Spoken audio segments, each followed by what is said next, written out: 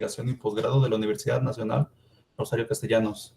Mi nombre es Víctor Labra y seré quien modere esta mesa titulada Políticas Públicas de Movilidad, Agua y Gestión Ambiental Sostenible, perteneciente al programa de Maestría en Políticas Públicas e Integraristas, a quienes tengo el honor de presentar. El doctor Hugo García Marín Hernández es doctor en Ciencias Políticas y Sociales por la UNAM y máster por la Universidad de Salamanca. Ha sido investigador, consultor y directivo en organismos nacionales e internacionales, liderando proyectos sobre democracia, cuidados, políticas públicas y bienestar en diversos ambientes institucionales. El doctor Julio Gerardo Quirós Gómez es doctor en Ciencias Sociales y Políticas. Actualmente realiza una estancia de investigación postdoctoral en el Instituto de Investigaciones Sociales de la UNAM con el tema Representación política, participación política, autonomía y autodeterminación en las comunidades indígenas de la Sierra Tarahumara. Además de los comentaristas,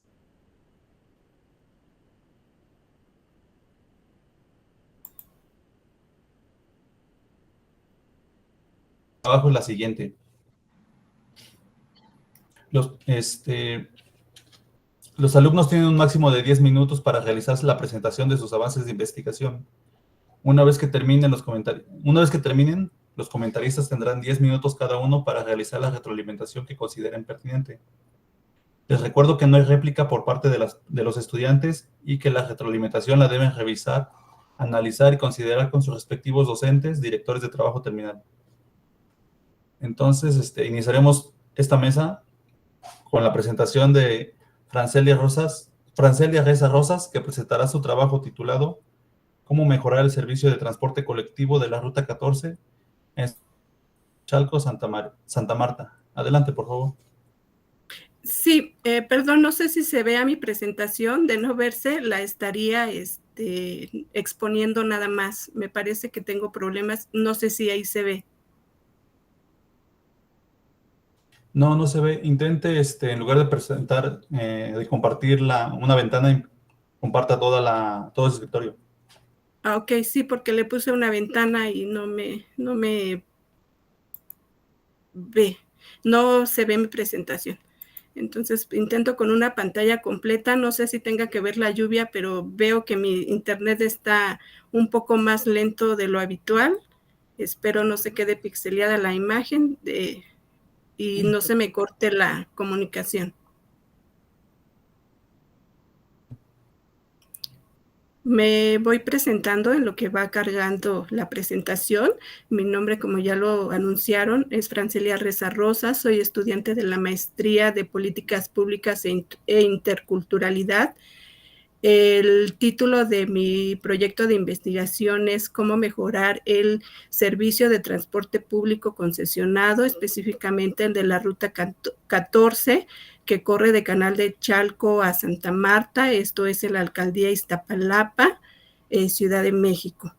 Para poder saber cómo contestar este planteamiento, lo que voy a realizar en mi tema de investigación es la evaluación de políticas públicas que se han implementado hasta el año 2024, que es el corte conforme a la administración pasada que tengo para obtener datos relevantes sobre la implementación de políticas públicas para el transporte público. No sé si se alcanza a ver ahí ya la presentación. No, yo no la visualizo, pero continúe, no hay ningún problema. Muchas gracias, agradezco la comprensión. Continúo entonces. La delegación de Iztapalapa se encuentra al oriente de la Ciudad de México, es la alcaldía más grande. Colindamos en gran parte con el Estado de México, lo que permite hace que la población se mueva del Estado de México a Iztapalapa y de Iztapalapa al Estado de México. El 7.53% de la superficie de Iztapalapa es lo que representa, el 7.53% de la superficie de Iztapalapa representa este porcentaje en la Ciudad de México. Voy a dar algunos datos para dimensionar lo que significa Iztapalapa para la Ciudad de México, tenemos 1.835.486 habitantes, de los cuales 51.6% son mujeres, 48.4% son hombres. El transporte público que se utiliza aquí en Iztapalapa y en la Ciudad de México, el 80% son realizados en transporte público, datos del INEGI. Las condiciones de operación del sistema de transporte público concesionado actualmente son de mala calidad. Circulan microbuses obsoletos, inseguros, contaminantes, y la mayoría de ellos circula sin placas. Desafortunadamente no pueden ver ustedes la presentación. Había puesto unas fotos que he tomado a lo largo de este semestre del año, en donde se ven unas unidades muy viejas y efectivamente la mayoría de ellas no portan placas. Esto se debe a que los esquemas de planeación formal no fueron considerados. El modelo de negocio que rige a este sector se basa en ganancias individuales, es decir, que se realizan a través de un sistema hombre-camión. Es por ello que se da una competencia entre los choferes de estas unidades por ganarse el pasaje, por hacer paradas en lugares no autorizados, por ir a alta velocidad en carriles que son no considerados para el transporte público, lo que nos conlleva a una congestión vehicular, a una contaminación y a un número importante de accidentes de tránsito provocados por este tipo de transporte. Como lo pueden ustedes estar escuchando, este sistema de transporte público es fragmentado, no opera como un sistema ordenado, como por ejemplo el metro, el metrobús, en donde sabemos cuántas unidades, en qué lapsos de tiempo van y vienen. Aquí no, aquí los viajes se fueron realizando conforme a las necesidades de las colonias populares, básicamente. Se requería un transporte y se implementaba una ruta. Así fue como se crearon estas rutas desde hace ya varios años. Actualmente este sistema está compuesto por 97 rutas con 1,047 servicios que operan de forma desorganizada, situación que deriva incluso en la pelea por los títulos de concesión, ya que puede ser que un propietario tenga una concesión y esta concesión pueda ser utilizada hasta por 5 choferes. También había preparado una gráfica en donde vemos la importancia de este tipo de transporte en Iztapalapa. Les ponía yo un dato para dimensionar los movimientos de transporte que se realizan en Iztapalapa. Iztapalapa realiza 53,088 movimientos de transporte en un día, durante todo un día completo, durante un día a la semana, con destino al centro de la Ciudad de México. Y por ejemplo, el municipio de La Paz al centro de la Ciudad de México realiza 4,960 viajes. Ecatepec, por ejemplo, 24,417. Entonces, aquí vemos la diferencia con Iztapalapa, que duplica, por ejemplo, a estos movimientos que se hacen de cualquier otro municipio del Valle de México. Voy entrando a lo que es el objetivo general de mi investigación, que es analizar el sistema actual del sistema público concesionado, con el objetivo de evaluar y proponer líneas de acción, programas o políticas públicas para mejorar este servicio, en particular el de la Ruta 14.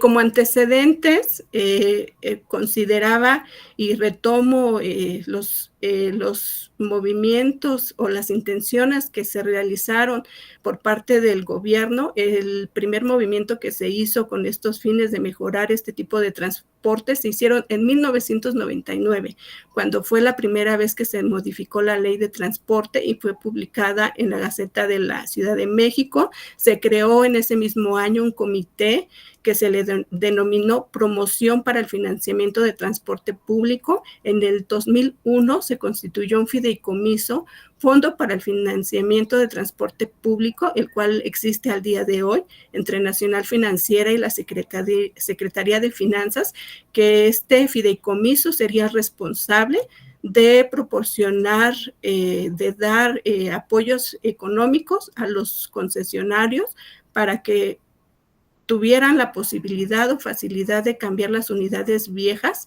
de modelos anteriores a 1990 para que fueran poco a poco cambiando estas unidades. En el 2001.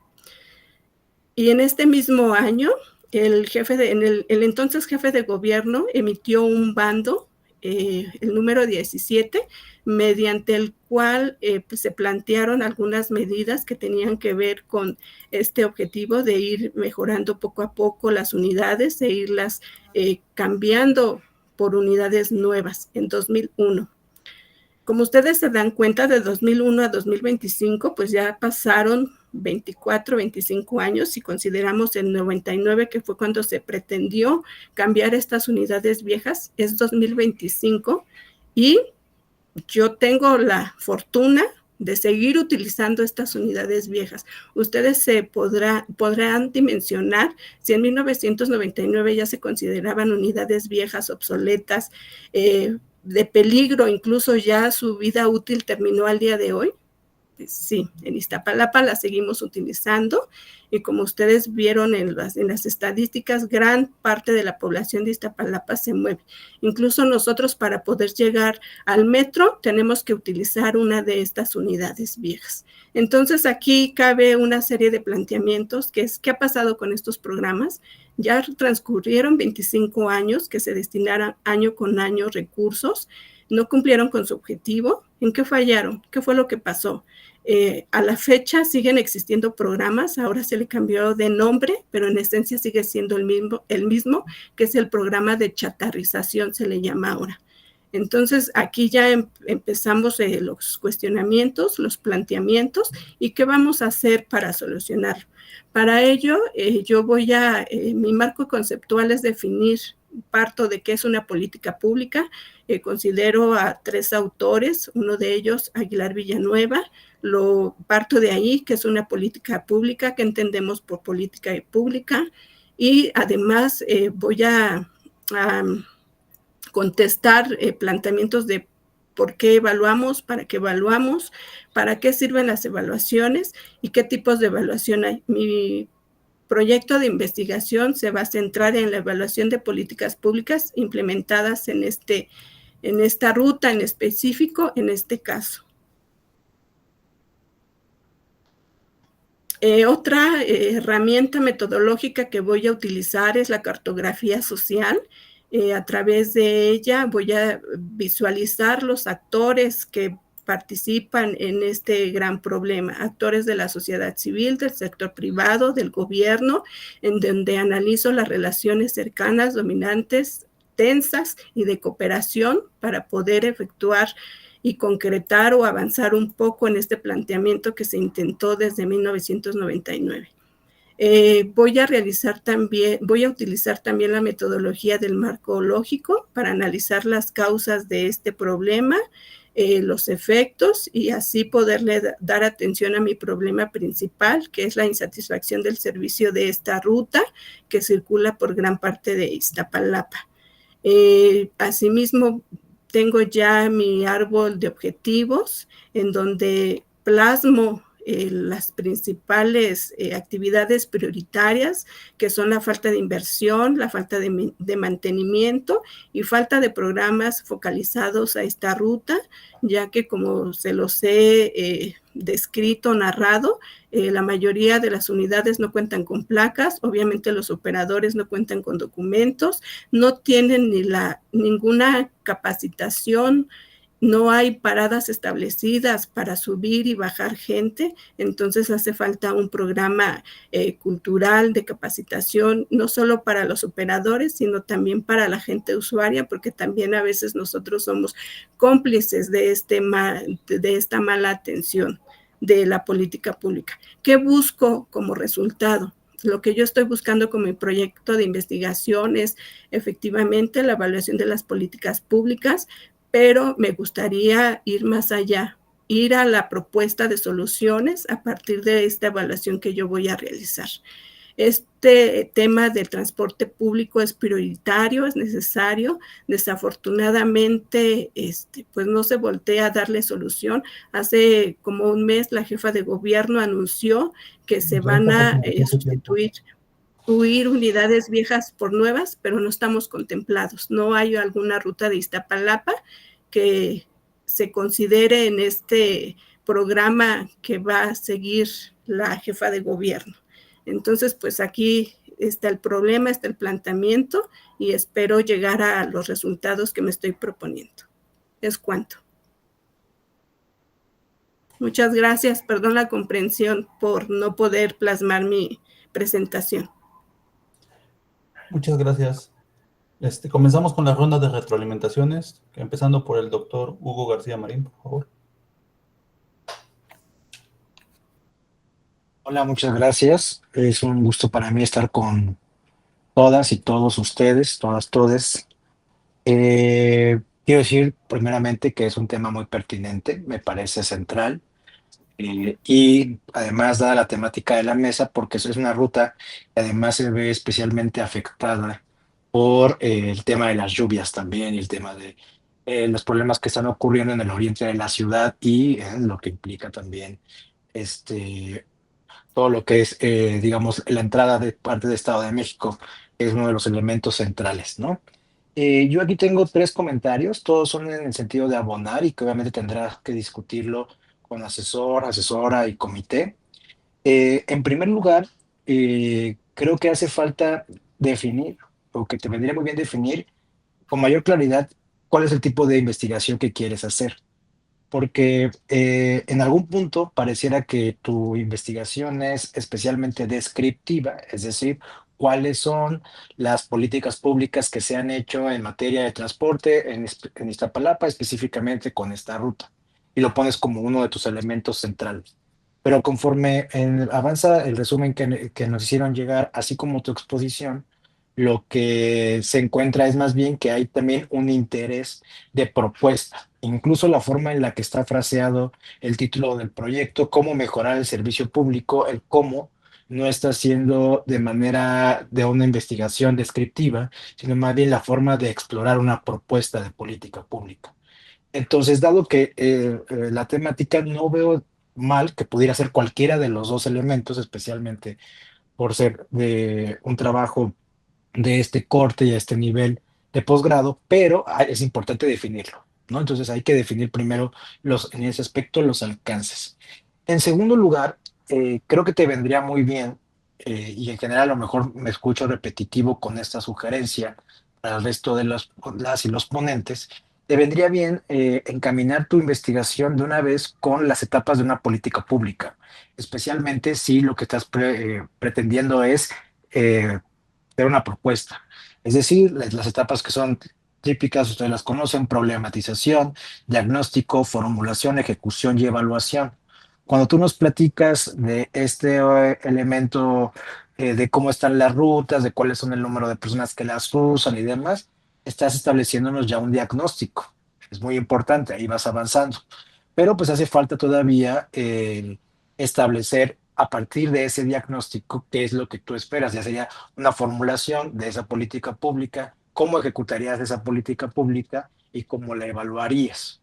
Entonces, lo que yo suelo sugerir cuando son proyectos específicamente de políticas públicas es establecer una especie de checklist.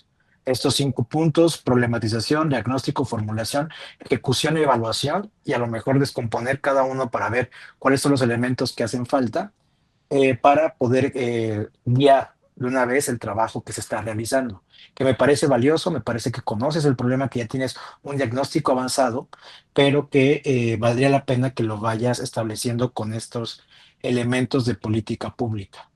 Y en esta misma línea, en tercer lugar, creo que valdría la pena, si es que tu búsqueda es, o más bien tu intención es que no se quede nada más en un proyecto descriptivo, sino que genere al menos algunos elementos de propuesta, es importante que vayas realizando una investigación de buenas prácticas o buenas experiencias de política pública en la materia. Que ahí podría ser de dos formas. Podría ser uno, mediante el método comparado, ya sea con casos similares con resultados diferentes o en el caso de casos diferentes con resultados similares. ¿Por qué lo comento? Porque lo podrías hacer a nivel nacional, es decir, cuáles son algunos casos en el país que puedan tener estas características, pero también podría ser de manera internacional. Seguramente hay bastante trabajo al respecto. Entonces creo que valdría la pena hacer este tipo de ejercicio, de empezar también ya a buscar qué se puede hacer en características más o menos ya sean similares para poder abonar a tu proyecto, ¿no? Esto sería de manera muy breve mis sugerencias. Desde luego, bueno, por el tiempo, la exposición, a lo mejor hay algunas que ya tienes contempladas y si es así, no hay ningún problema, paloméalo y dile, ah, eso ya lo tenía, check. Y si no, pues platícalo con tu asesor, asesora, comité, para ver si te puede venir a bien, ¿no? Pues nada, felicidades, me parece un tema muy pertinente. De mi parte sería todo. Muchas gracias, doctor. Muchas gracias. Doctor Julio, adelante, por favor. Sí, gracias. Buenas tardes. Bueno, yo seré lo más breve posible, empezando porque tuve el placer, ¿no? de tenerla a Francelia de alumna ahora sí que durante el semestre, y pues conozco medianamente el trabajo que ella está presentando y también he visto, conforme a lo que habíamos platicado y la presentación del día de hoy, he visto un avance sustancial. Entonces, en ese tenor, trataré de ser lo más preciso posible. Y pues, Francelia, como bien lo sabes, lo que yo voy a plantear normalmente son preguntas, ¿no? Que se quedan ahí como detonantes. Primeramente, nos queda claro que hablas de la ineficiencia de las políticas públicas, ¿no? En materia de transporte público en la delegación Iztapalapa. Ahí, en ese sentido, pues me gustaría que intentaran, ¿no? A lo largo del desarrollo del trabajo, contestar a la pregunta es, ¿en qué se diferencia tu propuesta respecto de las que existen hasta el momento? ¿Mm? Hablas, pues, que todas han quedado en títulos más, títulos menos, en estos programas de chatarrización, ¿no? Que, pues, bien o mal, también son programas que se dan a título individual, ¿no? O sea, hay un financiamiento para los dueños del transporte público, ¿no? Para los dueños de la unidad y, pues, a partir de eso ellos deciden, así que, comprar una unidad nueva, ¿no? Con ayuda de un financiamiento. Pero bueno, tu propuesta, ¿en qué va a diferir de lo que sucede hasta el día de hoy? Ahí evidentemente pues tendrás que usar, que lo has venido tratando, ¿no? A lo largo del desarrollo del trabajo, el argumento de la complejidad, ¿no? O sea, cómo es que entiendes desde la complejidad este problema del transporte público y cómo a partir de la complejidad puedes también brindar soluciones mucho más estructuradas y mucho más, con un cuerpo mucho más firme que el simple otorgamiento de un financiamiento, ¿no? Y otra cosa que decías es, las rutas que se han tendido a lo largo de Iztapalapa son ciertamente informales, ¿no? O sea, se han ido tendiendo según las necesidades.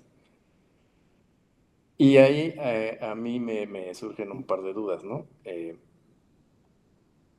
A pesar de que han surgido de manera improvisada, debe existir algún tipo de organización. La Ruta 14 debe organizarse de alguna manera para seguir existiendo y brindando ese servicio, ¿no? Esa organización seguramente tiene dirigentes y seguramente tiene personas allegadas a esa dirigencia y así un círculo de personas que cada vez es más lejano, pero que aún tiene que mantenerse bajo cierto orden, ¿no? Y bajo cierta idea de dominio y demás respecto a los dirigentes, ¿no? Sería importante tal vez que tú observaras qué objetivos, más allá del mantenimiento de la ruta, tienen estos dirigentes, ¿no? Y esto va también dirigido como a esta idea de cómo influye la corrupción, ¿no? En la creación o no de políticas públicas en relación al transporte, ¿no? Estos dirigentes, de alguna u otra manera, facilitan, ¿no? el que haya una política pública eficiente al respecto, o perjudican, por decirlo ahorita de una manera muy simplista, ¿no? Seguramente es algo mucho más complejo, pero lo importante es ver que muy probablemente en esas organizaciones hay otro tipo de intereses, más allá que el simple hecho de brindar un servicio de transporte, ¿no? Esos intereses pueden influir seguramente el cómo es que se puede estructurar o no una política pública, ¿no? Entonces, a partir de esas preguntas o de las posibles respuestas a esas preguntas, creo que se podría enriquecer un poco más tu trabajo. Y pues, digo, como ya lo dijo el doctor Hugo, evidentemente son cosas que tienes que discutir con tu comité asesor, pero que creo que serían importantes tocar en algún sentido, ¿no? Para que este trabajo tenga una estructura mucho más fuerte. Y eso sería todo por mi parte. Gracias. Gracias, doctor. Muchas gracias. A continuación, Óscar Arredondo Pico presentará su trabajo titulado La Contraloría de las Aguas Nacionales. Adelante, por favor.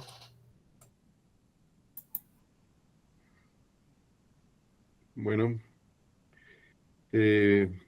muchas gracias. Agradezco a los docentes de la Universidad Nacional Rosario Castellanos y a mis compañeros. Ya se ve, ¿verdad? De preferencia, pónganla en pantalla completa para que se pueda ver el cambio de hoja. Ok,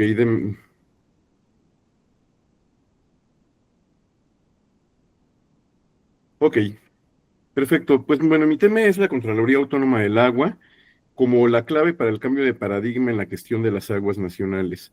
Lo primero que quiero tocar es cuál es la situación de las aguas nacionales en México. Estamos en una crisis hídrica entre 12.5 y 15 millones de personas aproximadamente. Es más del 10% de la población no tiene acceso al agua potable. De entre ellos, de los que sí tienen, el 30% no cuenta con la calidad ni la cantidad suficiente de agua para cubrir sus necesidades. Solo el 52.3% de la población, solo el 52.3% de la población urbana cuenta con un suministro constante de agua potable, cifra que ha disminuido desde el 62, desde el 62.4 en 2019 al 57.7% en 2021. Solo el 14% de la población tiene acceso a agua potable y servicios de forma continua y segura. Se estima que la disponibilidad anual per cápita en México bajará a 10,000 metros cúbicos que teníamos en 1960 a menos de 3,000 metros cúbicos en 2030, cifra considerada umbral de un estrés hídrico severo. El 71% del territorio nacional enfrenta un nivel de presión hídrica alto, muy grave, lo que significa que ya no es posible cubrir nuevas demandas de agua. O sea, estoy presentando un panorama verdaderamente crítico con relación a lo que estamos viviendo de las aguas nacionales. Sin embargo, pensaríamos que tenemos una ley que protege el derecho humano al agua y vela por resolver las problemáticas sociohídricas que vivimos. Sin embargo, quiero decirles que nuestro marco legal, a pesar de que el derecho humano al agua fue reconocido por México desde el Pacto Internacional de los Derechos Económicos, Sociales y Culturales desde los años 80, la Ley de Aguas Nacionales no reconoció el derecho humano al agua ni la participación ciudadana en la gestión de los recursos hídricos. Sí reconoció la participación de los usuarios de agua, pero este es otro tema. Los usuarios son grandes tenedores de bloques de agua o de grandes volúmenes de agua que pueden gestionar concesiones ante la autoridad, y eso la mayoría de la población no lo tiene, ¿no? En el año de 2012 se modificó la Constitución para llevar el derecho humano al agua a la Constitución y también la participación ciudadana, como también lo establece la observación 15 del Comité de Derechos Económicos, Sociales y Culturales de la ONU, obligaciones que también México suscribió. Y la propia Suprema Corte de Justicia le ha pedido al Poder Legislativo, al Congreso de la Unión, que legisle sobre el derecho humano al agua, porque como les digo, la Ley de Aguas Nacionales es de 1992 y a pesar de que en 2012 se modificó la Constitución, llevamos 13 años sin que el Poder Legislativo lleve el derecho humano al agua ni la participación ciudadana a la ley secundaria. Esto genera que el marco institucional pues sucede a lo mismo, ¿no? Que la gestión nacional del agua no prevea procesos ni trámites para realizar acciones de justicia hídrica y no se cuente con áreas que protejan o conozcan de violaciones al derecho humano al agua. Tampoco cuentan con protocolos para un trabajo coordinado y colaborativo con la sociedad y no hay una mística por el servicio público dentro de los servidores públicos de la Conagua, que las aguas son nacionales, y esto también genera que muchos de estos servidores públicos todavía tengan un corte neoliberal. Entonces, realmente, pues nosotros tenemos que exigir nuestros derechos, porque el derecho humano al agua está desde los 80 en el pacto económico que suscribió México, desde el año 2012 en la Constitución, y no lo tenemos ni en la ley de aguas, ni en la institución. Sin embargo, eso no quiere decir que no podamos ejercer nuestros derechos. Entonces, lo que ha pasado es que las organizaciones en torno al agua, organizaciones sociales, comunitarias, de base, instituciones académicas, organizaciones de la sociedad civil, todas de alguna manera coordinadas por una red de organizaciones que se llama Agua para Todos, para la Vida, articularon muchos esfuerzos y capacidades comunitarias para promover una ley una iniciativa ciudadana de Ley General de Aguas Nacionales. Y esta Ley General de Aguas Nacionales exigía pues por un lado, que se velara por el derecho humano al agua en la ley, y por otro lado, que los ciudadanos participaran en la gestión de los recursos hídricos para que se pudiera garantizar el derecho humano al agua con la propia visión de los afectados. Por violaciones al derecho humano al agua o por amenazas, ¿no? Entonces, esta ley preveía, por un lado, que se democratizaran y aperturaran los consejos de cuenca, que son figuras que sí existen, pero que controla por completo la autoridad. Ellos deciden quién entra, quién no entra, y solamente dejan entrar, por ejemplo, a los tenedores de las concesiones agroindustriales, industriales, inmobiliarias, extractivas. Y también los gobiernos, obviamente, tienen ahí decisiones, pero desde la municipalidad o desde un ámbito en el que nosotros no tenemos ninguna voz ni voto, y menos si sufrimos una situación hídrica grave, ¿no? Y también preveía la figura de las Contralorías Autónomas por el Derecho Humano al Agua, que era la forma en la que el ciudadano pudiera organizarse de manera autónoma para poder generar evidencias, hacer hallazgos, generar informes, presentar demandas y hacer toda una gestión ordenada frente a las autoridades para resolver sus problemas. Entonces, no se ha modificado la ley casi desde hace 10 años que se presentó esta iniciativa ciudadana, y año con año, pues muchas organizaciones vuelven a impulsar frente a los congresos que se legisle, pero no ha habido una situación favorable.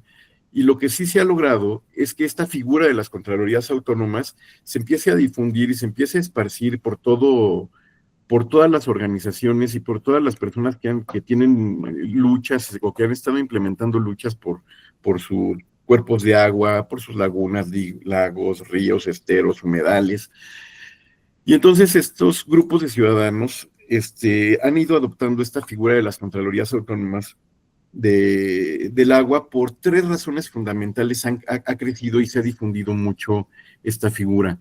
Una, porque hay muchísimas organizaciones dentro de la Red de Agua para Todos, que es la que presentó la iniciativa y es la que ha difundido pues los fundamentos para poder incidir constitucionalmente, para poder incidir como ciudadanos en la gestión del agua, y esto pues ha generado mucho, que crezca mucho a través de esta red, pero también dentro de esta red hay académicos, y muchos académicos de universidades públicas como la UNAM y la UAM, y en la UAM particularmente se crearon 2 proyectos de investigación e incidencia, uno que se llamó Tocoyán y otro el ordenamiento hídrico de la Cuenca de México, que tenían que ver con la gestión integral de los recursos hídricos, en donde se incorporara en la gobernanza del agua a los ciudadanos de una manera sustantiva.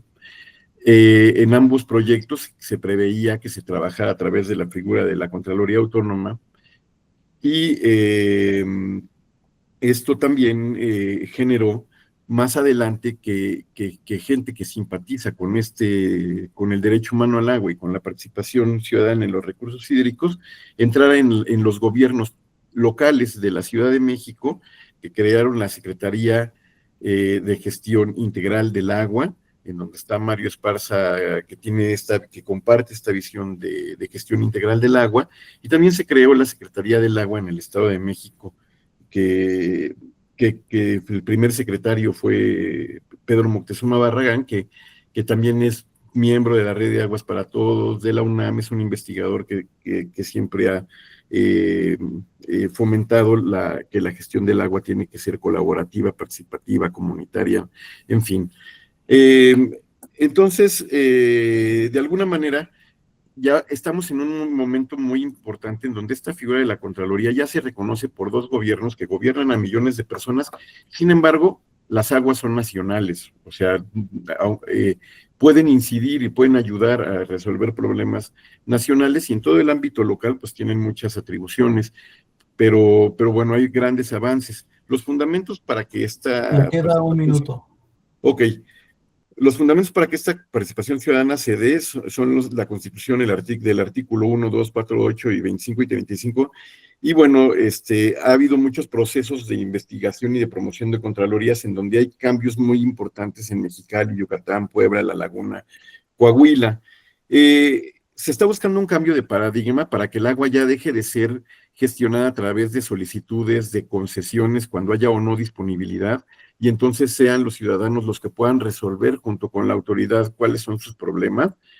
Hay muchas luchas por el agua y hay muchísimos grupos semillas y grupos promotores y de Contraloría y que están queriendo construir Contralorías en México. Esta es una foto de un evento que hubo en San Luis Potosí, donde se juntaron más de 200 personas de casi 30 estados de la República, en donde se están promoviendo estos ejercicios de Contralorías autónomas.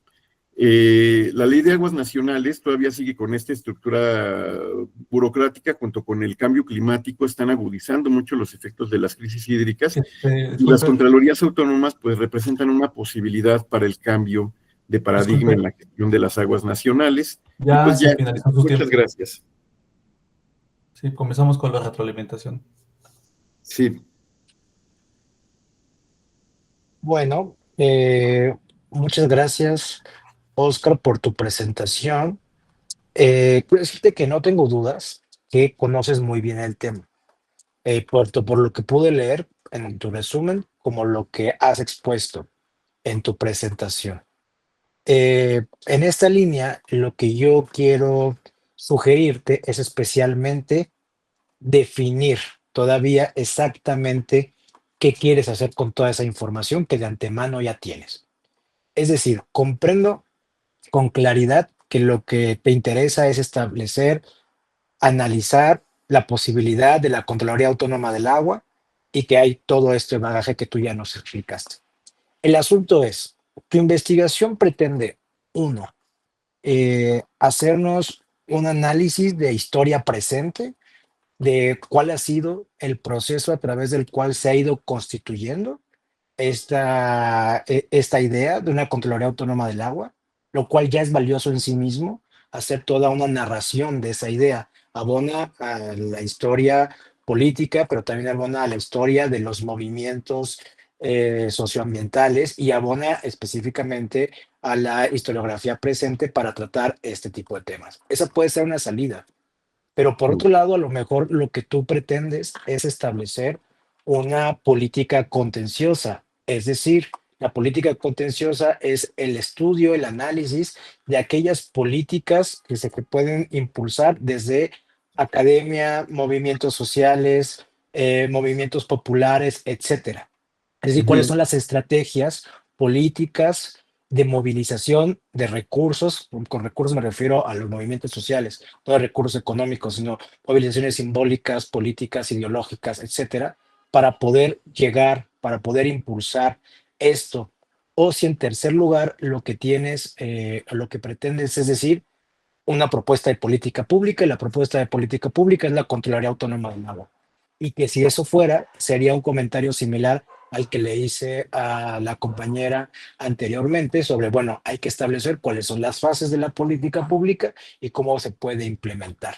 Creo que tienes tres posibles salidas. No te estoy diciendo que tienes que tomar necesariamente una. Lo que quiero comentarte es que con toda la información que tienes y con lo que tú nos has presentado, creo que todavía no queda muy claro el objetivo de tu trabajo. Y esto tiene un lado bueno y un lado negativo, positivo y negativo, se llamarle. El negativo es que, pues digamos, todavía falta ordenarlo, pero el positivo es que tienes muchas opciones y que esas opciones son buenas, son interesantes, todas, y cruciales. Me parecen además cruciales, fundamentales por todo lo que tú acabas de conversar, ¿no? Entonces, en eso radicaría especialmente mi comentario. Hay que definir exactamente qué es lo que tú buscas hacer con esa información. Insisto, bien documentada, conoces el tema, me queda claro la relevancia, pero hay que ver hacia dónde lo quieres dirigir. Y una vez que ya tengas eso, verás tú mismo que el resto de la investigación será mucho más sencilla, ¿no? Y tendrás más claridad de hacia dónde vas a caminar. Insisto, esa es la opinión que yo puedo darte con lo que acabo de escucharte y con lo que tengo. A lo mejor ya lo tienes más definido o algunos otros elementos, entonces paloméalo, pero creo que sería importante caminar hacia allá, ¿no? Ese sería mi comentario, Oscar. Sí, gracias. Sí, fue la lámina que me brinqué, perdón, porque Muchas se me acabó gracias. el tiempo. Pero la lámina de hacia dónde iba la investigación y cuáles eran los aportes, realmente lo que Muchas busca gracias. es Les ser una recuerdo que guía, no hay réplica. una aportación. Pero bueno, es una retroalimentación, no es una discusión. Ajá. Ujú. Doctor Julio, adelante.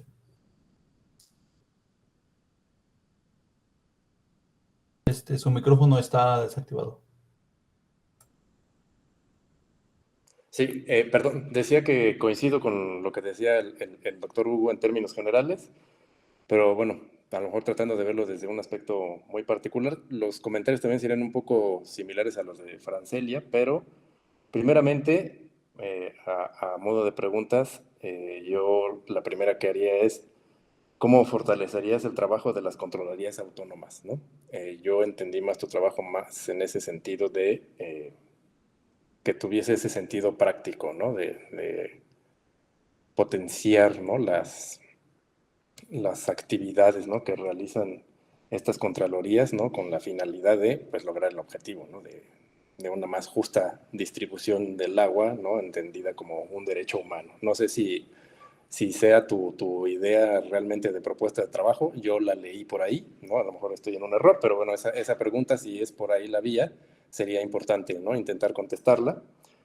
Y la otra, como te decía, es más apegada a lo que le decía yo a Francelia, ¿no? Es, ¿por qué aseguras que estos movimientos por el agua son movimientos democráticos y participativos?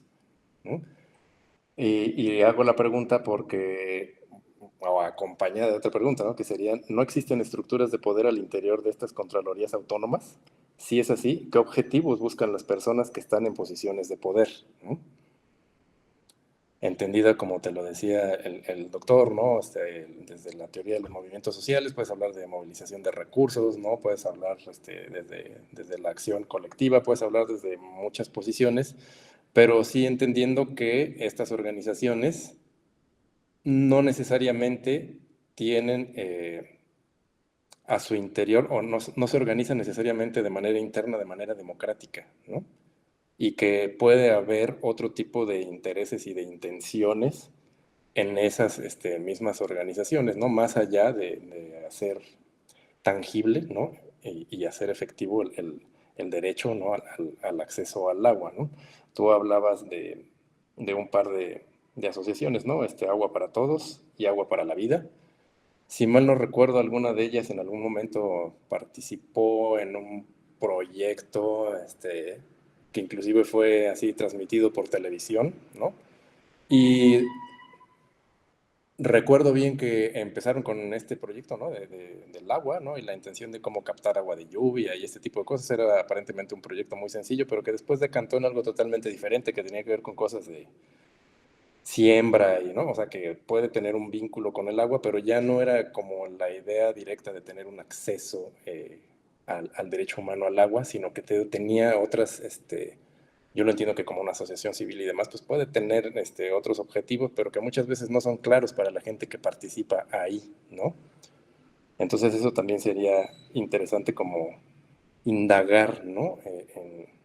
Al respecto, si existen otros objetivos en estas contralorías y pues si se organizan realmente de manera interna al modo de lo que entendemos por democracia. Ahorita no vamos a discutir qué es la democracia, ¿no? Pero que realmente permitan y generen la participación, ¿no? De las personas que están ahí, o pues no la generen, ¿no? Por cualquier otro motivo, ¿no? Eso sería todo. No sé si estoy en lo correcto y te sea útil, pero la intención es esa. Sí, muchas gracias. Sí, entiendo que no puedo contestar como las preguntas, pero las tengo que racionalizar y llevar a mi proyecto, ¿no? Ujú. Muchas gracias. A continuación, Oliver Tonatiu Herrero Soto presentará su trabajo titulado Protocolo de Investigación para el Diseño e Implementación de Políticas Públicas de...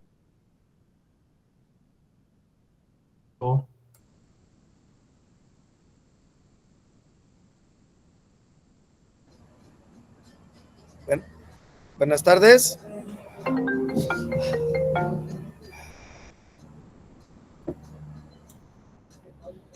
Buenas tardes. Te Buenas escuchamos. ¿Sí me escuchan? Ok, muy buenas tardes. Mi nombre es Oliver Tonatiu Herrero Soto. Estoy cursando la maestría en políticas públicas y mi proyecto que se envió anteriormente está denominado Investigación para el Diseño e Implementación de Políticas Públicas de Movilidad Urbana Sustentable en Baja California, ¿no? ¿Ya lo puedo proyectar, maestros? Sí, por favor, proyecte su presentación. Abrir configuración.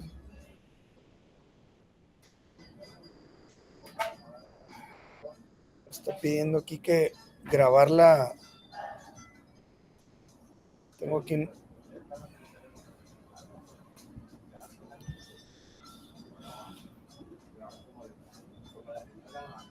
Quiero.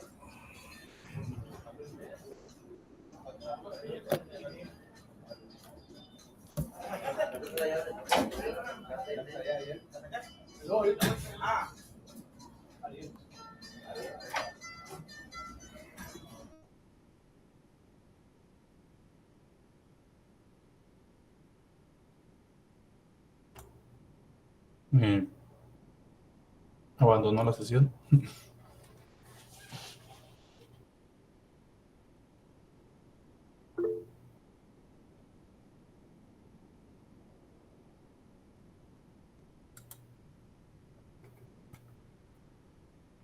No, se desconectó de la sesión.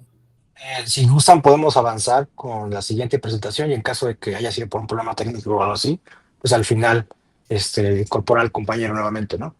Ok, bueno. De acuerdo. Entonces, continuamos con el siguiente estudiante, que sería Juan Camilo Cardoña Castaño, que presentará su trabajo titulado Políticas Públicas en la Ciudad de México, Lecciones desde la Participación Ciudadana y la Gestión Ambiental. Adelante, por favor.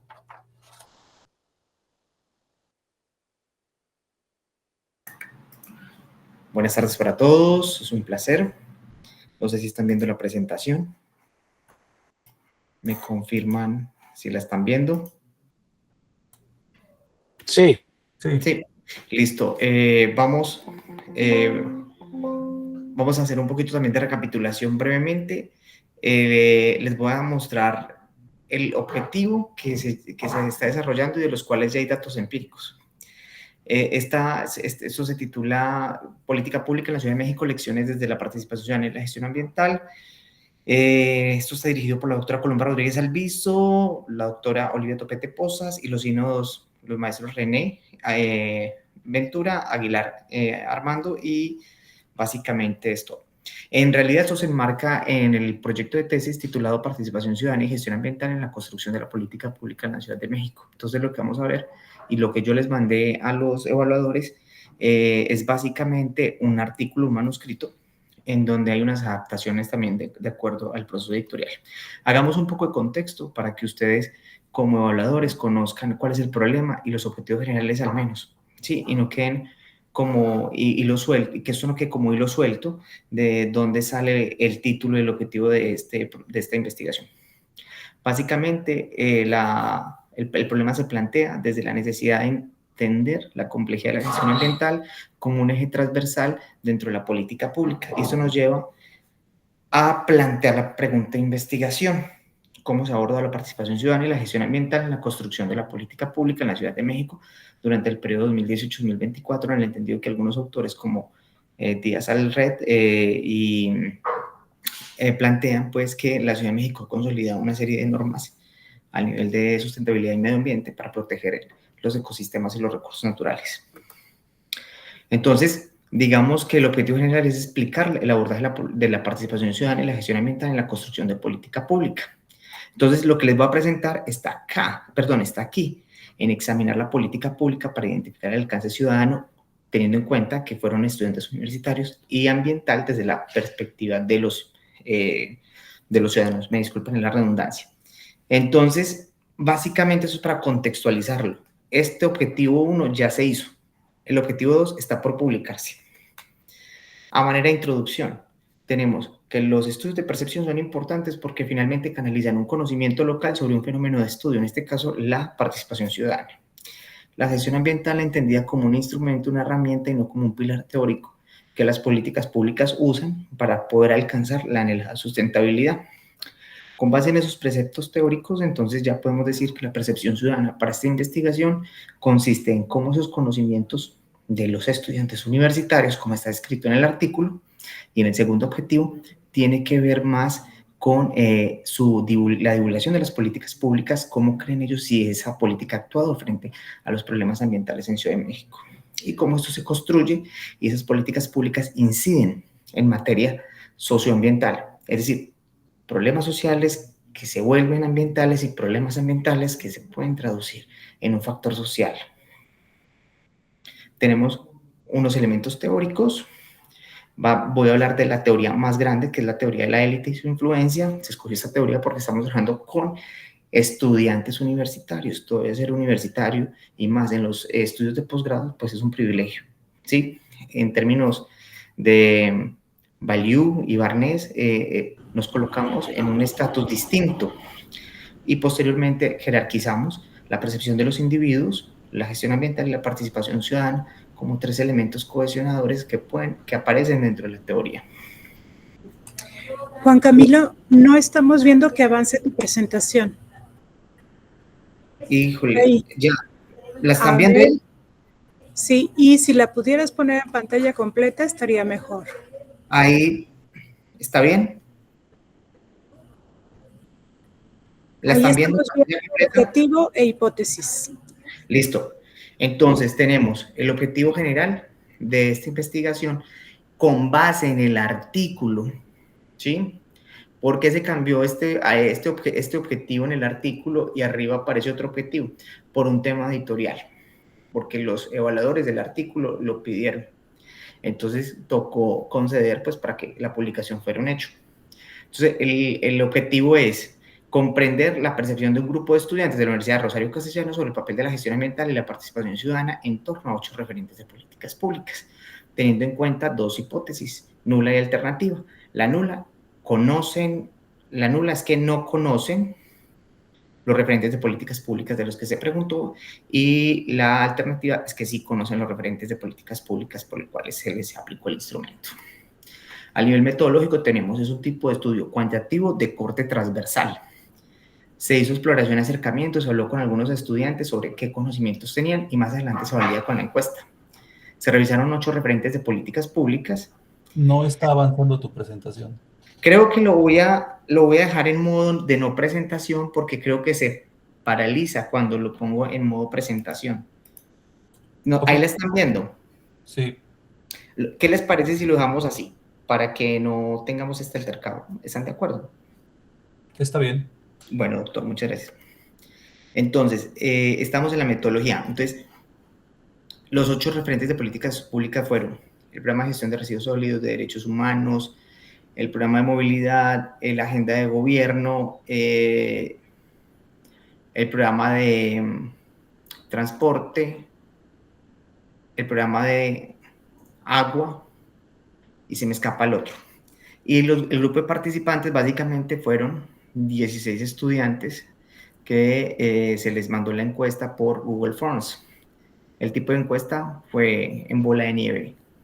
Se les pidió a ellos a los estudiantes que trataran de incentivar a sus compañeros para que respondieran. Este grupo de estudiantes, el tipo de encuesta fue Likert y el muestreo fue en tipo de bola de nieve, y los estudiantes fueron estudiantes de posgrado de las maestrías en cambio climático y seguridad alimentaria. En cuanto a la plausibilidad y la verosimilitud, al nivel de plausibilidad, se le hizo un pilotaje, una alfa de Cronbach de 0,9 en su totalidad, y la verosimilitud se contrastó con la exploración. Posteriormente, el análisis fue cuantitativo, descriptivo y con estadística no paramétrica. Utilizamos ANOVA y un test de normalidad para identificar si la distribución era normal. Y tuvimos en cuenta aspectos éticos como el consentimiento informado. Esa es una tabla de operacionalización de variables. En total fueron 14 preguntas en 4 categorías de análisis. Vamos a verlas. Al nivel de los resultados y las discusiones, tenemos que hubo una 50% hombres, 50% mujeres. Me voy a detener en lo general, que la mayor edad fue entre los 26 y 30 años de los jóvenes que participaron. Esto indica también que hay una posible asociación de las políticas públicas más en la juventud. Y 50% de la maestría en cambio climático y el otro en seguridad alimentaria. Problematizamos, como está en el artículo, y es que detectamos que las políticas públicas, esos 8 referentes, están movidos por todo el discurso de la Agenda 2030 y de la Cuarta Transformación, que finalmente permite que se apunte a la sustentabilidad como marco clave de la agenda pública y también de la construcción de políticas públicas. Es decir, esto es un eje de transversalización interesante que se detecta y que en la exploración no lo dijeron los participantes. En cuanto a la variable de conocimientos de los referentes teóricos, me voy a concentrar en lo más grande. Aquí, en cada uno de los referentes que se analizaron, hubo mucha neutralidad. Esto más adelante con lógica difusa lo podemos distinguir, pero esta neutralidad nos preocupa porque entonces, ¿conocen o no conocen? ¿Están de acuerdo con la política o no? Entonces, es el problema de la política al no difundirse y al no hacerse una buena gestión educativa sobre la misma. Es algo que nos preguntamos. Como pueden ver, la neutralidad es lo amarillo. Todas sobresalieron, salvo el referente del programa de movilidad. A nivel de gestión ambiental y sustentabilidad, nuevamente la neutralidad aparece como un eje importante en donde hay desconcierto en las respuestas. En tanto a la gobernanza y el desarrollo sostenible, esto varía. Tenemos que, para la última pregunta, el de acuerdo fue de casi el 80%. En otra de las preguntas alcanza, ¿en qué medida está de acuerdo con el crecimiento económico? Que es más importante que la protección ambiental, alcanza un 80%. Los participantes mostraron un desacuerdo. En tanto la tabla de hipótesis hecho en el SPS, aquí la tenemos. Y para resumir y que me alcance el tiempo, podemos decir que la hipótesis nula, como en las categorías de análisis, no logra un nivel de significancia. No es igual o mayor a 0,05, por lo tanto, se rechaza y se aceptó la hipótesis alternativa, en donde se plantea que los estudiantes sí conocen los referentes de política pública. Tenemos entonces que las conclusiones se logra el objetivo, los estudiantes reconocen la falta de divulgación de políticas públicas, existe un escepticismo leído como esa neutralidad para esta investigación. Se aprueba la hipótesis alternativa y la sustentabilidad es un eje transversal que puede responder más a un proceso de partido, a un discurso partidista, neoliberal, porque la sustentabilidad y el desarrollo sostenible son discursos neoliberales que finalmente los jóvenes detectan dentro de las políticas públicas. La bibliografía y muchas gracias. Muchas gracias. Empezamos con las retroalimentaciones. Doctor Hugo. Sí, muchas gracias. Gracias por tu presentación, Juan. Gracias, doctor. Eh, entiendo, está avanzado. El artículo se nota trabajado. Entiendo muy bien el uso, especialmente cualitativo. Yo me voy a centrar únicamente en algunos elementos que creo que hacen falta. Entiendo que no estén en tu trabajo de que nos presentaste, pero creo que pueden robustecer mucho más el proyecto. En primer lugar, creo que hace falta establecer con mayor claridad el objetivo. Y esto para poder tener el alcance de qué es lo que se espera tener con la investigación. Es decir, si lo dejamos únicamente con los estudiantes, los jóvenes, ¿conocen o no conocen? Tu respuesta, como le presentaste, es sí, sí conocen. Y ahí quedamos. O sea, sí conocen, no conocen, bueno, pero ¿para qué nos sirve esa información? Entiendo que lo sabes, no te estoy diciendo que no lo sabes, que no lo tienes contemplado, pero que al menos no queda tan claro en lo que tú nos mandaste. Y eso es muy importante porque entonces, si ya se puede contextualizar con mayor claridad cuál es la búsqueda, la intención para poder tratar de obtener esa información de los jóvenes de la población, entonces tus resultados tienen mayor alcance. Por ahora, con lo que yo leí y lo que tú expusiste, no los encontré. Entonces creo que hay que ser más explícitos en eso, ¿no? Incluso a lo mejor hasta más, digamos, incluso pedagógicos, ¿no? Se busca por A, B, C, D, aunque sean puntos así claros, para que quede claro hacia dónde quieres llevar la investigación. En segundo lugar, creo que hace falta también explicar la relevancia contextual en la que se dan estas percepciones. O sea, mencionaste varias veces que se dan en el contexto de la cuarta transformación, mencionaste varias veces que la relevancia de que se puedan entender como elementos neoliberales. Incluso dentro del trabajo está el tema de la necesidad de la gestión ambiental y de la participación ciudadana, pero hace falta que sea una parte central de la investigación, es decir, a ver, estas preguntas que vamos a realizar, esto que queremos conocer, se dan en este marco. Y es relevante entender este marco por A, B, C y D. Porque si no, pasa lo mismo. Parece que llegamos a los resultados y de repente encontramos, bueno, ese es el contexto de la 4T y nos muestran que esta indiferencia o esto, bueno, ¿por qué es importante saber que es indiferente en medio del contexto de la 4T? Bueno, porque es un proyecto que se supone marca una cuestión de mayor participación, de que el pueblo está más involucrado, etcétera. Bueno, entonces eso ya me queda más claro, ¿no? Si yo al leer los resultados entiendo las razones del contexto. Creo que valdría la pena en ese aspecto ampliar un poco más. Y en esta misma línea, eh, entiendo la lógica del artículo y también entiendo que puede, digamos, no utilizarse por una decisión estrictamente metodológica, pero creo que valdría la pena también incluir algunos elementos de análisis cualitativo que ayuden a robustecer lo que tú estás presentando. Pueden ser entrevistas semiestructuradas, pero a lo mejor valdría incluso más la pena grupos focales eh, que nos permitan justo entender a partir de la interacción, la introducción de algunos temas y también de la convivencia entre participantes, algunos elementos que a lo mejor de manera cuantitativa no podemos obtener, ¿no? Y que podrían robustecer la investigación.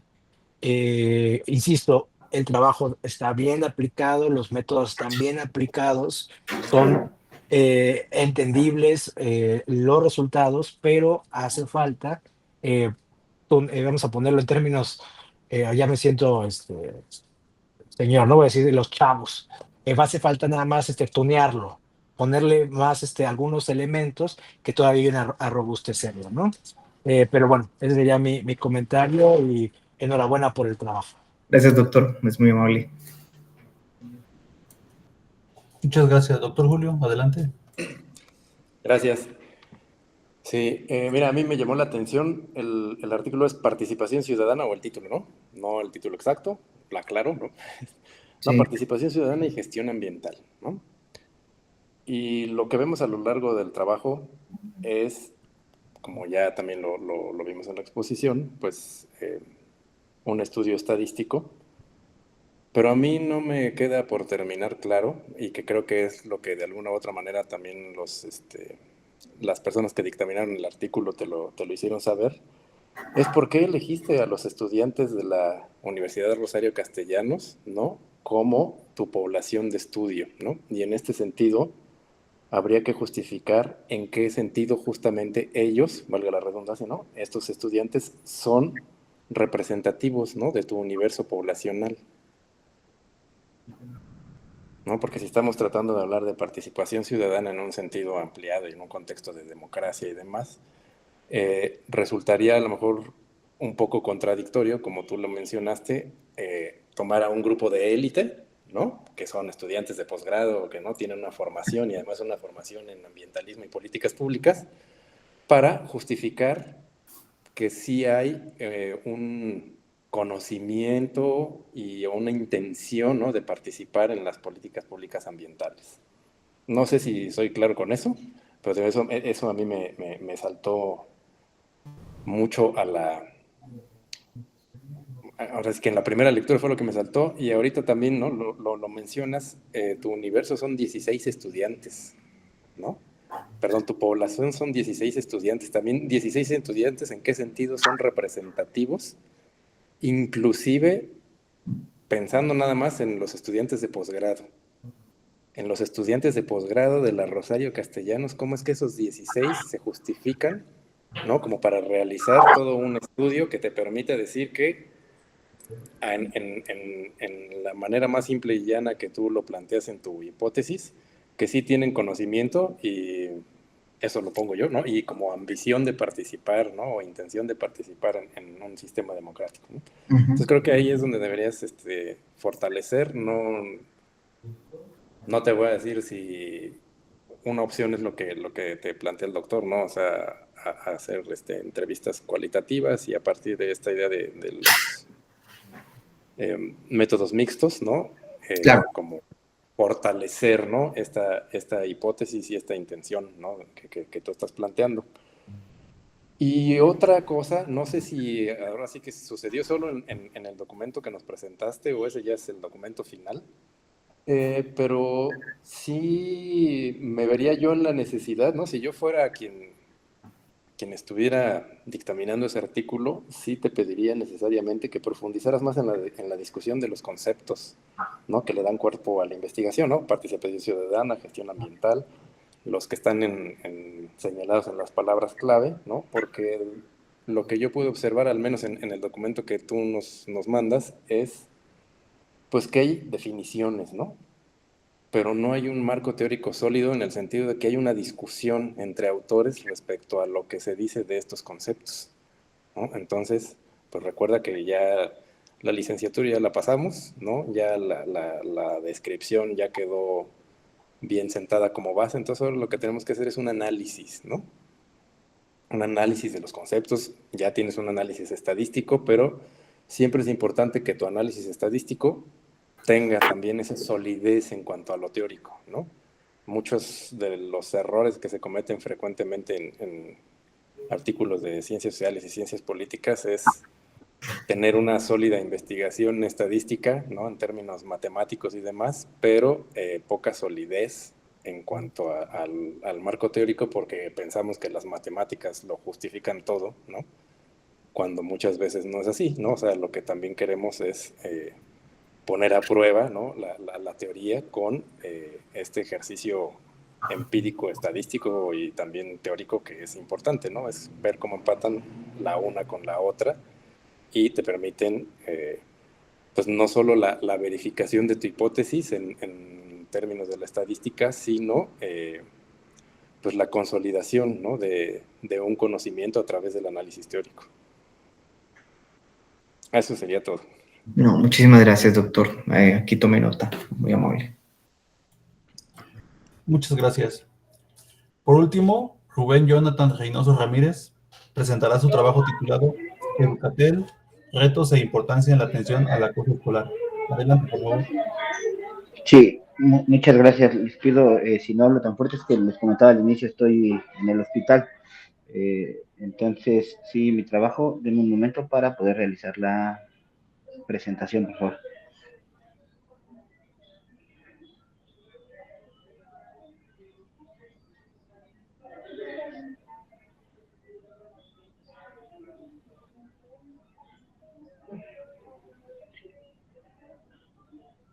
Ahí ya logran visualizar la presentación.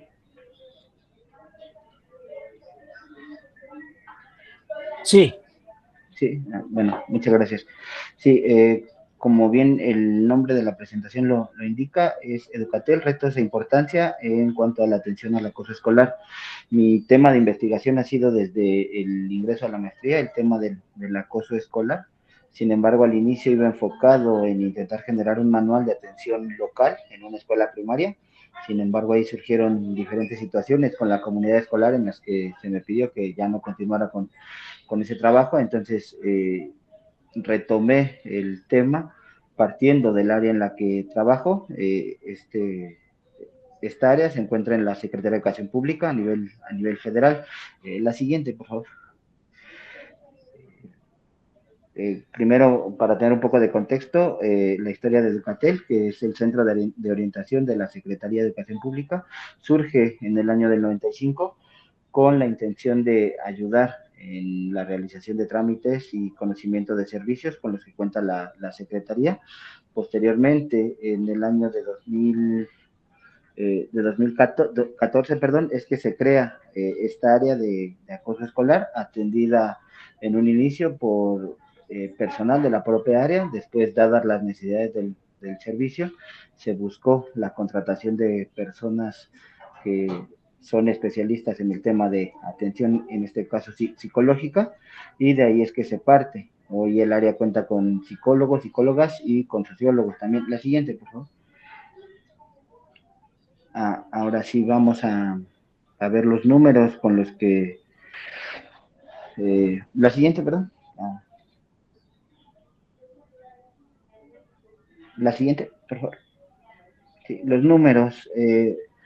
El análisis primero parte de ser un análisis descriptivo y toma como referencia desde el año 2019 al 2025, a marzo de 2025. En este caso son las atenciones que se formalizan, desde una atención que solamente es información hasta la que se genera un folio de seguimiento a la petición que hacen madres, padres o responsables de crianza. En este caso se toma como referencia el año 2019 porque es el año en el que el gobierno de López Obrador da de baja al Programa Nacional de Convivencia Escolar, que era el encargado de atender este tema a nivel nacional, apoyado de las autoridades educativas locales, y desde ahí no existe un programa similar. Entonces, la idea de realizar este análisis descriptivo es justamente ver las dolencias que tiene el área, que en este caso no viene como tal el número, pero por ejemplo del 100% de llamadas que se reciben, se atienden en promedio 30 o 40. Esto es, primero, por falta de presupuesto al área y por lo tanto por falta de personal dedicado a esta atención.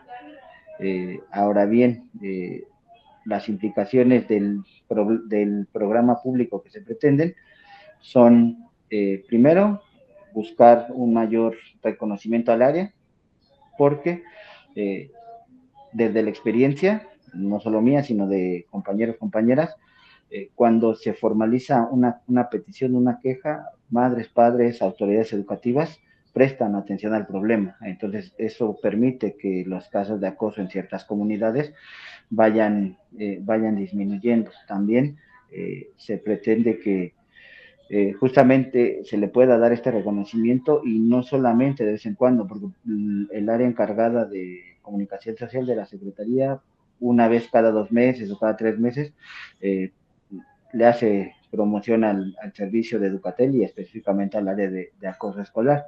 Entonces hay ocasiones que cuando nosotros atendemos las peticiones, mamá, papá, de repente comentan, no, es que apenas me enteré y somos como la última instancia, cuando nosotros desde la primera atención les indicamos que sí, que no pueden hacer o que sí, que no pueden solicitar a las autoridades. Entonces, en este sentido, este es el camino que busca seguir el trabajo de investigación. Sería todo. Muchas gracias. Muchas gracias por tu presentación.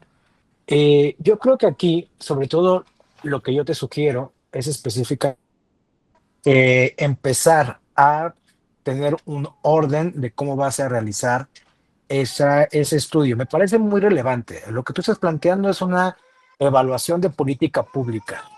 Eso me parece correcto eh, y me parece necesario. Sin embargo, en lo que pudimos leer y tanto lo que expusiste, hace falta, digamos, desarrollar los pasos que debe tener una evaluación de política pública. Es decir, analizar primero cuál fue la justificación, que es lo que ya tienes más desarrollado, la justificación, la problemática y cuál es el contexto en el que se da. El segundo elemento sería analizar el diseño. Y es muy importante ver cómo se diseñó esta línea, más atención para poder llamar. ¿Cuál fue la intención? ¿Hubo un proyecto? ¿Se presentó ese proyecto? ¿Está disponible? ¿Cuáles eran sus objetivos? ¿Cuáles eran sus posibles alcances? O sea, analizar, conocer de lleno cuáles eran las facultades que planteaba este proyecto. En tercer lugar, su implementación, porque a lo mejor lo que tú nos vas a terminar diciendo es que el diseño estaba bien, pero no se ha implementado correctamente y que ahí es donde tendría que analizarse con mayor profundidad. Y ya ahora sí, después de eso también los resultados y también qué tanto esos resultados están ligados con el diseño. Tú nos comentas, bueno, es una línea que dentro de varios de sus objetivos está el de la atención del acoso. No necesariamente es su objetivo central o quizás ha sido exitoso en otros elementos y no específicamente en eso. Entonces lo que habría que ver es entonces puede ser a lo mejor más bien que debería abrirse una línea únicamente abocada a tratar ese tema. También poder obtener el impacto, que no es lo mismo los resultados que el impacto. Es decir, tratar de conocer de qué manera lo que sí se ha atendido ha generado buenos elementos o malos elementos, ¿no? Y una vez que está eso, también plantearte si lo que quieres tú desarrollar una vez que ya tienes todos estos elementos es una modificación, una propuesta, o si únicamente nos estás diciendo, bueno, esto está mal o bien diseñado y por lo mismo debería atenderse a más detalle. Eso es lo que yo podría proponerte. Creo que ya tienes el tema, creo que lo tienes delimitado, pero hace falta ahora meterle con claridad el tema de evaluación de política pública, que creo que te vendría muy bien, ¿no? Eso sería de mi parte.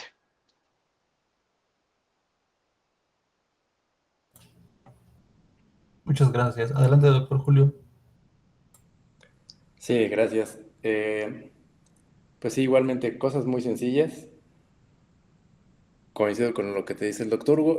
Habría que también darle como un formato más de proyecto de investigación, ¿no? Donde tengamos claro cuál es el objetivo, la hipótesis, el planteamiento del problema, ese tipo de cuestiones, ¿no? Para que sea no solo más claro para los lectores, sino para ti mismo, ¿no? Tengas una delimitación no solo del tema, sino del problema de investigación que pretendes realizar. Y hablando justo de los antecedentes, no sé, y esto te lo dejo ahí como sugerencia, ¿no? Si has tenido la oportunidad de revisar, en el año del 2008, en el sexenio de Felipe Calderón, surgió un programa de política pública que se llamaba Programa de Prevención de la Violencia y las Adicciones en Escuelas de Educación Básica, ¿no? Fue un programa a nivel nacional, ¿no? Que estaba vinculado prácticamente a la idea de capacitar a profesores y diferentes funcionarios del ámbito escolar en la educación básica, inclusive a los padres de familia, en digamos que en la resolución de conflictos o en mediación de conflictos a través de la negociación, pero que estaba vinculado, si no específicamente al acoso, sí a diferentes tipos de violencia que se daban al interior de las escuelas de educación básica, repito, ¿no? Entonces creo que sería interesante que revisaras ese programa como antecedente, en el sentido de lo que te mencionaba también el doctor Hugo, ¿no? De ver cuáles fueron sus éxitos, sus fracasos, sus alcances, qué se puede o qué se extrajo todavía de ahí y sigue vigente hasta la actualidad, qué no, ¿no? Porque además de todo, fue un programa así masivo a nivel nacional, ¿no? Yo tuve la oportunidad de participar en parte de él y se dieron capacitaciones en toda la República Mexicana a lo largo de 4 años, ¿no? Y creo que sería importante que indagaras por ahí y saber si de ahí se desprende también, ¿no? Este programa que tú quieres analizar hoy, ¿no? Que atiende pues ya con personas especializadas justamente el asunto del acoso por la vía telefónica, ¿no? Pues eso sería todo. Gracias. Muchas gracias.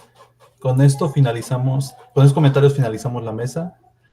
Agradecemos la presentación de los estudiantes, así como la participación de los comentaristas y su asistencia a este 8º coloquio de investigación del posgrado de la Universidad Nacional Rosario Castellanos, en el cual se están presentando 450 trabajos de estudiantes en 113 mesas diferentes, que serán retroalimentados por 125 expertos académicos de diversas instituciones de educación superior, tanto nacionales como extranjeras.